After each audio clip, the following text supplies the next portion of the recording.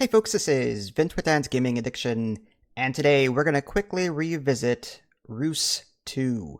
Now, we're also going to be taking a quick look at the different DLC. I got keys for both of those just recently, and I had a chance to sit down with them and test them out, but I want to give you a high-level overview first of what Reus 2 is in case you haven't seen my prior videos.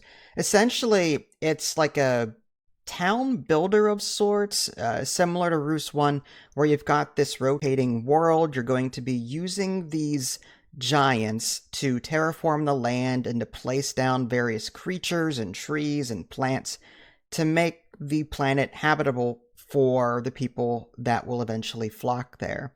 And the adjacency is super important because certain things will, prosper off of each other. It's like a little puzzle game. You'll see more of like the detailed stuff later, but for right now, the DLC content, according to what I was looking at in my menus, it's unlockable at a certain profile level. The frost stuff, at least for me, was unlocked at level 7, and the swamp stuff was unlocked around level 2. There's a total of 2 DLCs, so yeah, you're going to be unlocking that DLC content as you play, but there is an unlock all button if you want to skip that progression. And when you're setting up a new game, you can revisit older planets that you've already completed, or you can create a brand new one. And that typically involves picking your starter person that will form the first city. And then you're going to choose 3 of the giants. There's going to be one for plants, one for water, and one for minerals.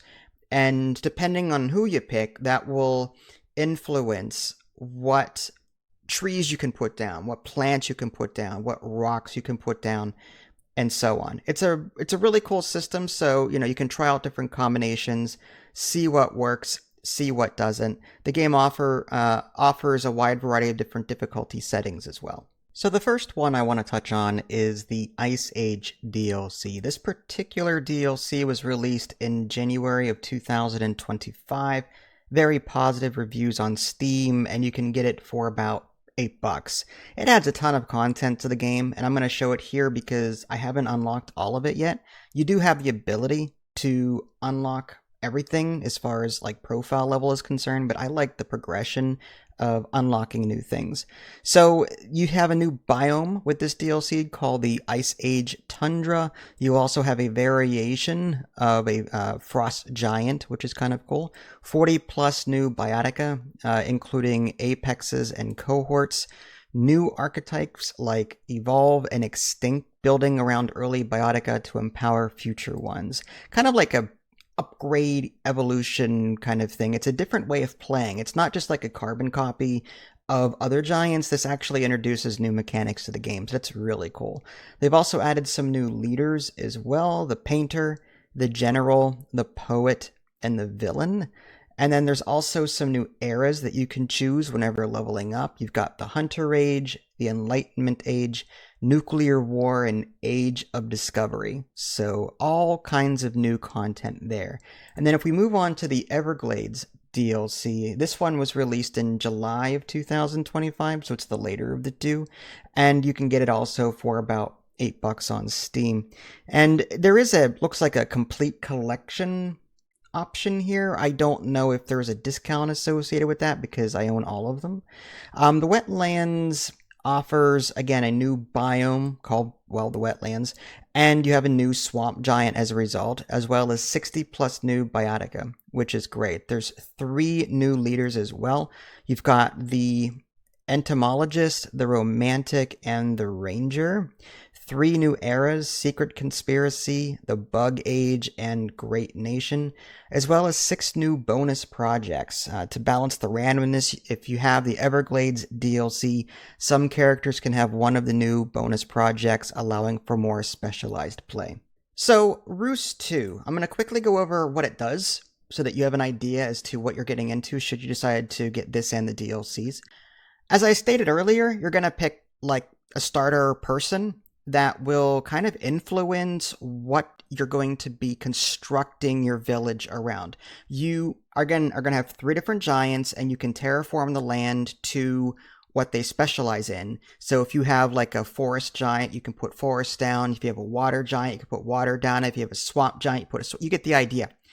And each giant can put down different things. And if you pick a leader that likes food or a leader that likes science, you're going to want to put down the things that cater to what they want. Because on the left-hand side, it's not shown now, but on the left-hand side are going to be objectives that will task you with doing what they want.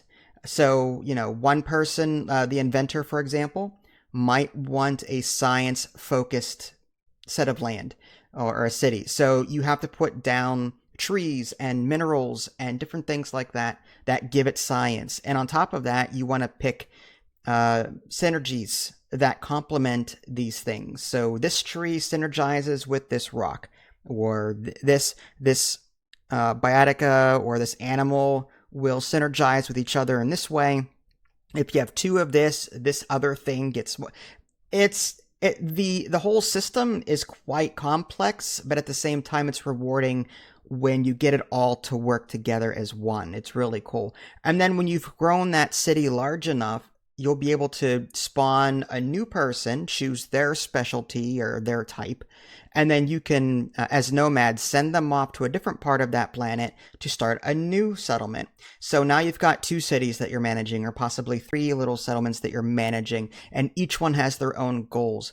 And you're trying to level up their prosperity by increasing their food, their coinage, and their science. But again, you want to specialize in what they want, because if you don't fulfill their goals, they start getting mad at the giants for, I guess, betraying them and not giving them what they want, and then bad things start happening. So you can set that in the difficulty as far as like how angry they get and stuff if you don't. Like there's free play options and the like.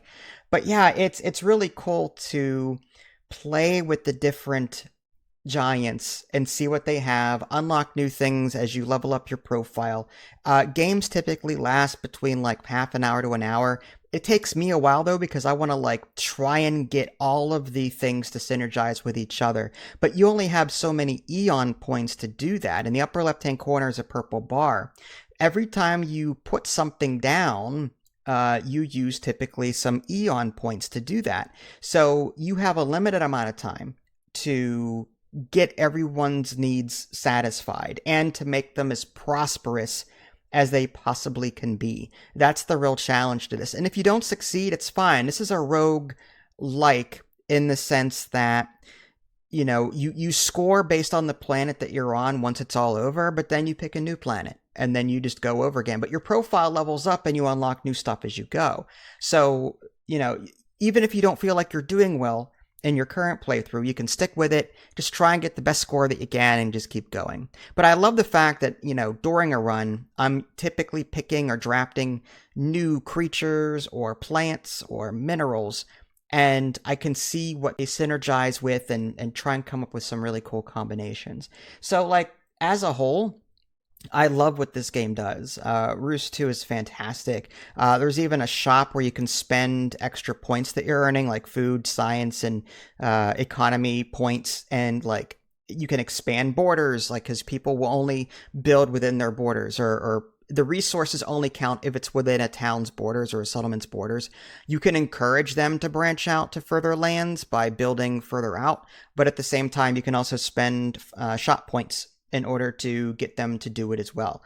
So there's a lot of nuances with this game, a lot of different creatures, and the 2 DLCs, they add a ton more content to the game. So if you enjoyed Reus 2, then these 2 DLCs are an easy recommend. I highly recommend picking them up because they will add even more content to the base game, new stuff to play around with, new ages to, that determine what you want to shoot for next in your current run. All that good stuff. So yes, definitely check out these 2 DLCs. If you have to wait for a sale, fine. But yeah, I think they're worth it. This is Vince. Thanks for watching. I'll catch you all next time. Take care.